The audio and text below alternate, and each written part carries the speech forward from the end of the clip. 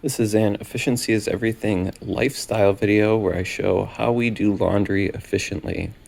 So for starters, take the largest items and sort them. So these items go to my kids' daycare, so I kind of just throw them out of the way. They're going to go in the car at some point.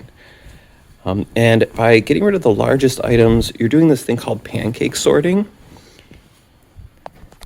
So I do those first, and then following that, doing the most numerous items. So I have these towels, which I don't fold if I can help it. So I'm going to take all the towels and put them away. And basically that's what I'm going to do. And for my kids' laundry, we put our kids' laundry over here because we spend a lot of time in the living room.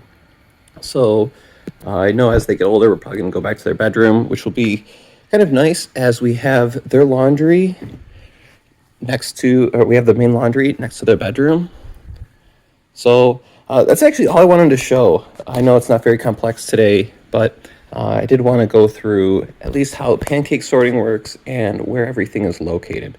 And just the fact that we try not to fold if we can help it.